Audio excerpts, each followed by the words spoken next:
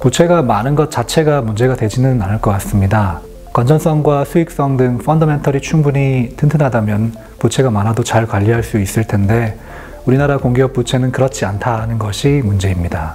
이 연구에서는 공기업 부채의 특징을 파악하고 문제를 분석하여서 정책 개선 방안을 제시하고 있습니다. The first prominent feature of Korean SOE debt can be found in its sheer scale. Korean public enterprises have exceptionally high levels of debt. An international comparison of non-financial SOEs shows that Korea ranks first among OECD member countries in total debt, excluding Norway with negative net debt. Korea ranks top again for financial SOEs like central banks and government-run banks. Second, the ratio of SOE debt to sovereign debt is high. This ratio is higher when compared to other countries. The fact that non-financial SOE debt is almost half of sovereign debt in Korea implies heavy reliance on SOE debt for financing public projects instead of government funds. Third, SOE debt is mainly raised by issuing bonds instead of bank loans.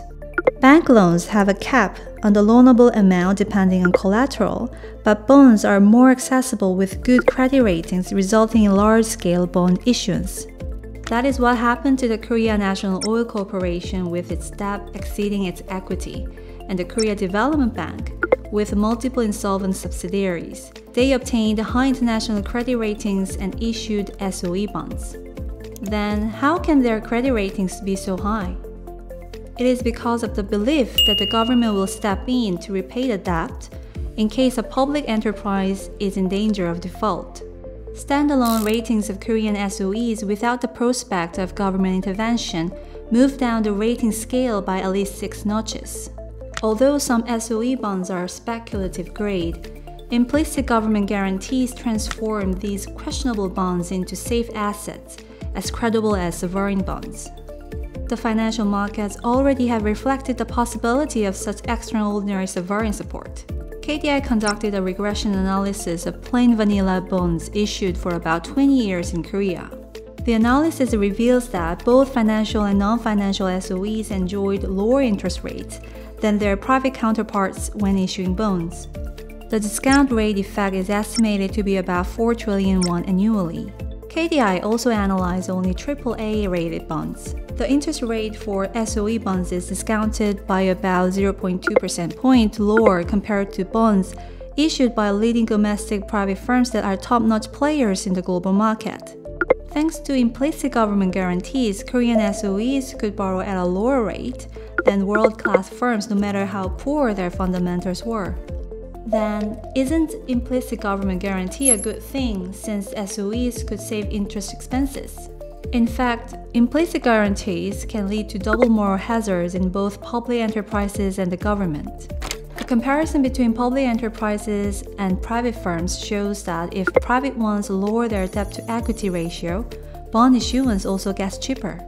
But the same efforts by SOEs yielded much less discount effect or no such effect at all. Due to the overpowering impact of implicit guarantees, SOEs lose the incentive to improve their financial soundness and profitability. As an example of moral hazard on the government side, public financing requires passing a series of rigorous reviews. But through the channel of SOE bonds issuance, the government can push for risk projects without feasibility tests. As a result, public enterprises ended up accruing heavier liabilities because of implicit government guarantees.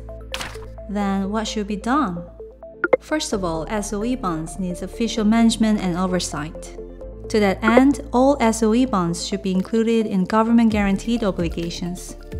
As explicit government guarantees require the National Assembly's consent, projects lacking solid feasibility are filtered out. In addition, a guarantee fee or collateral may be required so that SOEs have an incentive for financial structure improvement. Next, banks are subject to capital regulation to keep a certain debt-to-equity ratio. Considering the stronger protection that public enterprises enjoy compared to banks, a similar capital ratio requirement should be imposed on SOEs as well. Lastly, a moral hazard occurs on the creditor side as investors lend money at a low interest rate, heavily relying on implicit government guarantees regardless of business fundamentals. Creditor loss sharing bail-in bonds can be considered to resolve these issues. These bonds pay principal and interest like regular bonds.